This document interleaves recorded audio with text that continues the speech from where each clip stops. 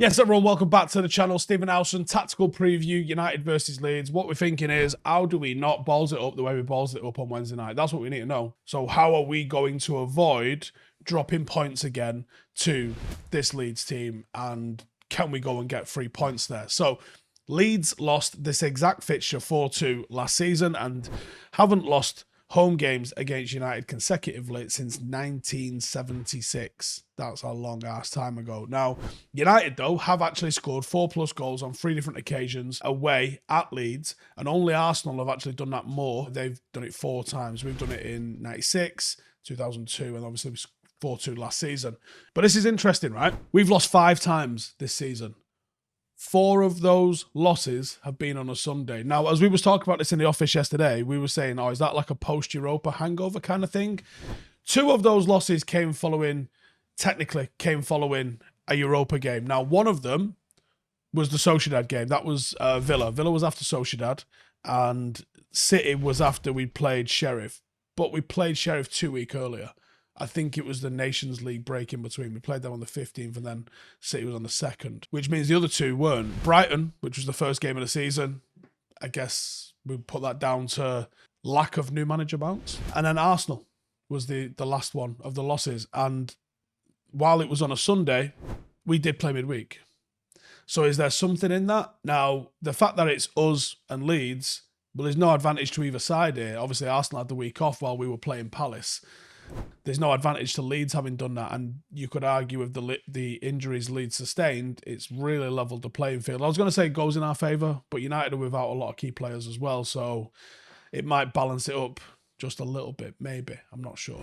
Anyway, so Leeds have won just 1 of their last 8 Premier League home games. That's why Marsh got the bullet. 4 draws, 3 defeats.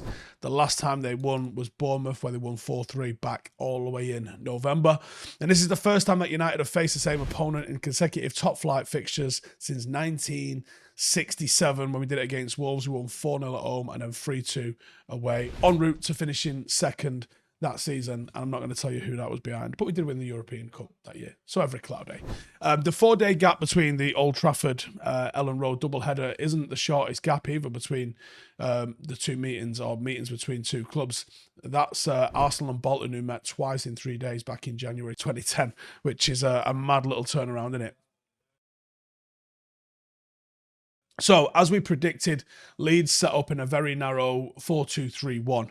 Out of possession, that was like a flat 4-3-3, and at times that different players moved in and out of midfield to sometimes make it look like a 4-4-2, sometimes make it look like a 4-2-4. But the most impressive thing, and even a 2-4-4 at times when they were pressing hard, the most impressive thing for me about what Leeds do is they make themselves so narrow, so compact, completely deny the central channel of the pitch, that they force you to go into the wings, right? And they force you to try and use both those wide channels. And when they use that wide channel, they're inviting a press. So as the ball is played into, like, let's say Luke Shaw, for an example, as Luke Shaw was receiving it, it's had to come from quite a distance because of how deep they'd pushed us. But let's say the right winger, the right midfielder, and the right back were all in a press in a triangle right around him, and just limiting any forward momentum that we could have possibly had. So it was a very, very impressive, almost textbook press. In fact, I'm going to be using how effective that Leeds team shape and pressing was in training with my lads, because I think it was so good. We know when they have the ball, they try and build up free behind the striker narrowly. Against United, they looked to hit the transition. Obviously, they're high pressing out of possession, but when they were getting the ball, they were just trying to take advantage of how high United's line had crept up. To a little bit of success, I would say. Starting 11's probably going to look like this. Being wary of injuries, we might get a couple wrong in this one.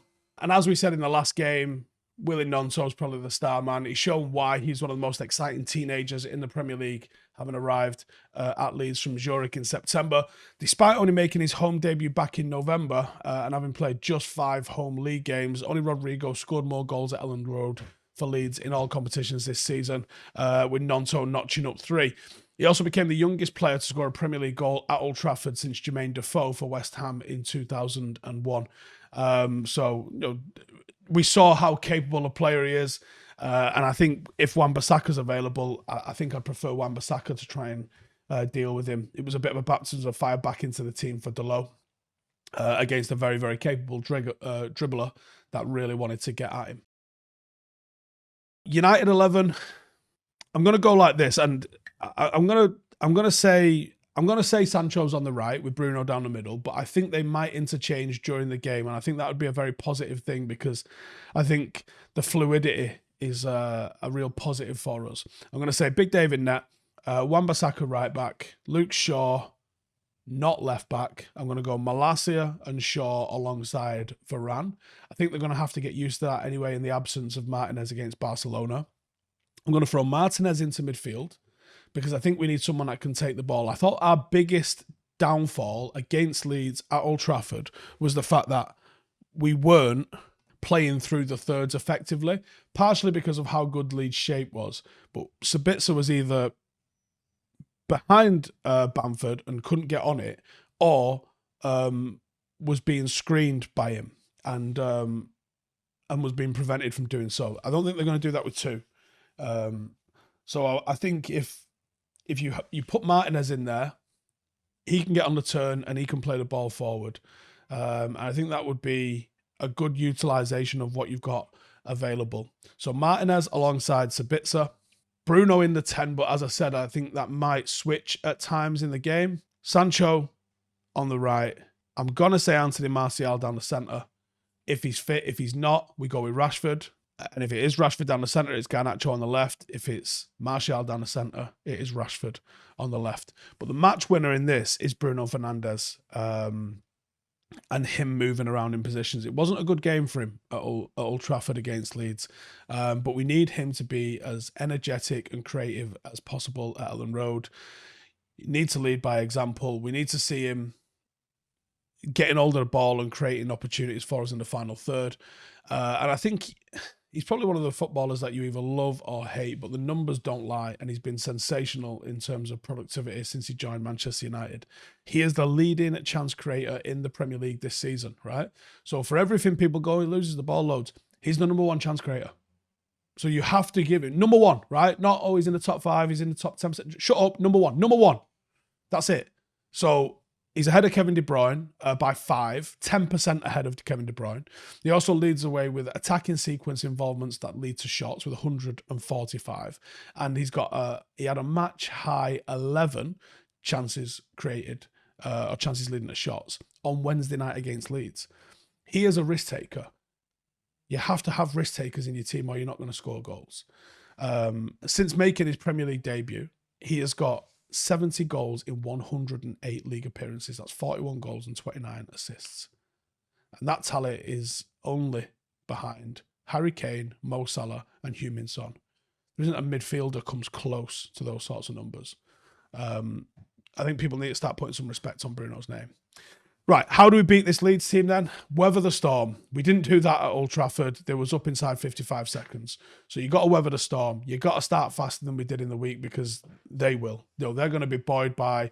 I don't know how they think getting a point was this massive achievement. Whatever. I doubt they can repeat it twice with the same level of intensity. It will be a hostile environment. The crowd are going to be right on top of you. So you're going to have to quieten them down, and I think you need to match that intensity. Everyone needs to be competing. Everybody needs to be braver. Everyone needs to actually turn up for this one.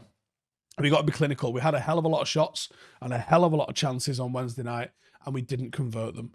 We've got to convert them, and we've got to be meaner at the back as well. Leeds do defend with a lot of risk. They give you an opportunity. They concede goals. You know, there's a reason that they were heading towards relegation. That's because that they give you chances.